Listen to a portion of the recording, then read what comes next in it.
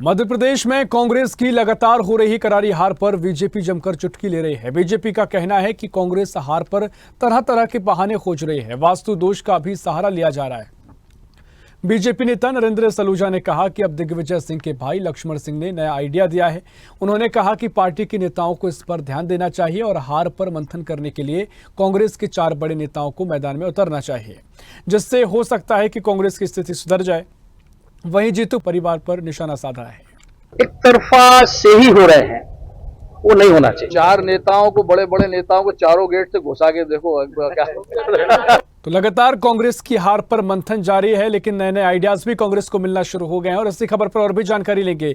Senior editor मुक्ता पाठक हमारे साथ और भी जानकारी के लिए फोन लाइन पर जुड़ गए हैं। मुक्ता जी, जिस तरीके से कांग्रेस की हार का सामना करना पड़ा, अब लगातार मंथन का दौर जारी है। तमाम तरीके से अब मंथन किया जा रहा है। चर्चाएं हैं कि जो भी कारण रहे हैं उनको ढूंढने की कोशिश कांग्रेस कर रही है, लेकिन बयानबाजी का दौर भी जारी है। लक्ष्मण सिंह भी तमाम तरीके से आइडिया बता रहे हैं, 4 लोगों को मैदान में उतारने की बात कह रहे हैं। क्या कुछ उनका कहना है और कांग्रेस के अंदर खाने में क्या कुछ चल रहा है आजकल? बिल्कुल, देखिए, लगातार जिस तरह से जीतू पटवारी पे निशाना साधा जा रहा है, लगातार इस लोकसभा चुनाव के दौरान हमने लगातार देखा कि बीजेपी तो उन पे निशाना साधती थी। हालांकि हार के बाद से कांग्रेस के जितने नेता हैं वो सवाल उठा रहे हैं। सबसे पहला लक्ष्मण सिंह ने ही ट्वीट करके कहा था कि कांग्रेस को क ख ग से शुरू करने की जरूरत है।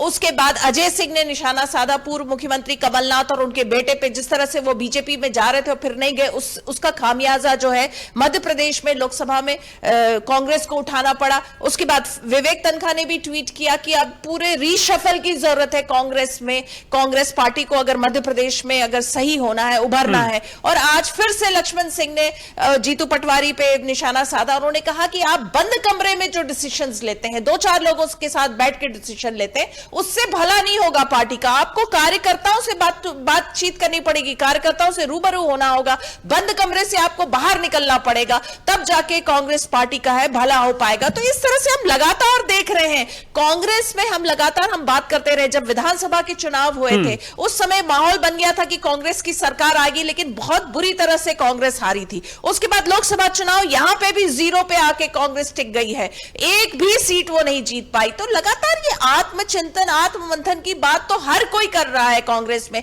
लेकिन अब जो नेता, जो कांग्रेस के खुद के नेता है, वो भी मुखर होने लगे हैं, वो भी बात करने लगे हैं। क्योंकि अब देखिए, अब पूरा 5 साल कुछ नहीं होना, कोई चुनाव नहीं है, लेकिन जिस तरह से कांग्रेस हाशिए पे आ गई है, तो कांग्रेस के तमाम जो नेता हैं वो सवाल उठाने लगे। और जीतू पटवारी की कार्यशैली पे बहुत सवाल उठ रहे, लगातार उठ रहे थे। बिल्कुल, देखिए जिस तरीके से मुक्ता जी हमने देखा कि भारतीय जनता पार्टी है, उसको भी राहुल गांधी ने एक महाराष्ट्र बोल्ड डिसीजन लेते हुए यूथ ब्रिगेड के हाथ में कमान सौंपी थी। जीतू पटवारी, उमंग सिंगार जी।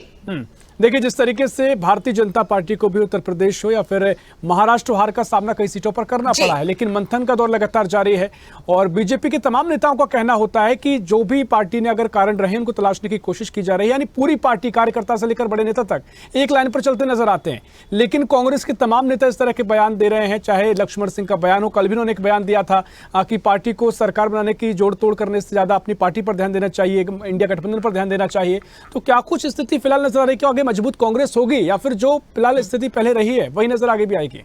बिल्कुल सही है। देखिए, मध्य प्रदेश कांग्रेस की जब भी बात होती है तो गुटबाजी की बात होती है, तमाम नेताओं की गुटों की बात होती है, चाहे पूर्व मुख्यमंत्री कमलनाथ का गुट, पूर्व मुख्यमंत्री दिग्विजय सिंह का गुट, पहले सुरेश पचौरी थे तो उनके गुट, इस तरह से तमाम गुटबाजी की बात होती है। देखिए, ऐसा नहीं है कि बीजेपी में गुटबाजी नहीं है, बीजेपी में भी गुटबाजी है, बीजेपी भी अंतरकलह से जूझ रही है, लेकिन बीजेपी का एक जो काम करने का तरीका, एक कलेक्टिव लीडरशिप होती है, वहां पे लगातार संवाद होता है, लगातार बैठकें होती हैं, लगातार कार्यकर्ताओं से बातचीत होता है, नेताओं कार्यकर्ताओं के बीच में संवाद लगातार ये जारी रहता है। मनमुटाव को जो है बैठकों में उसको हल कर लिया जाता है। लेकिन कांग्रेस में आप कभी ऐसी स्थिति नहीं देखेंगे कि नेता जो है और कार्यकर्ता आपस में बैठे हुए। देखिए, जीतू पटवारी और उमंग सिंगार, जब राहुल गांधी ने इन दोनों के हाथ में कमान दी थी, अध्यक्ष की और नेता प्रतिपक्ष की, तब दोनों में बहुत अच्छा कोऑर्डिनेशन था। लेकिन हम लोगों ने लोकसभा चुनाव के दौरान देखा देखा कि उमंग सिंगार बिल्कुल नहीं निकले।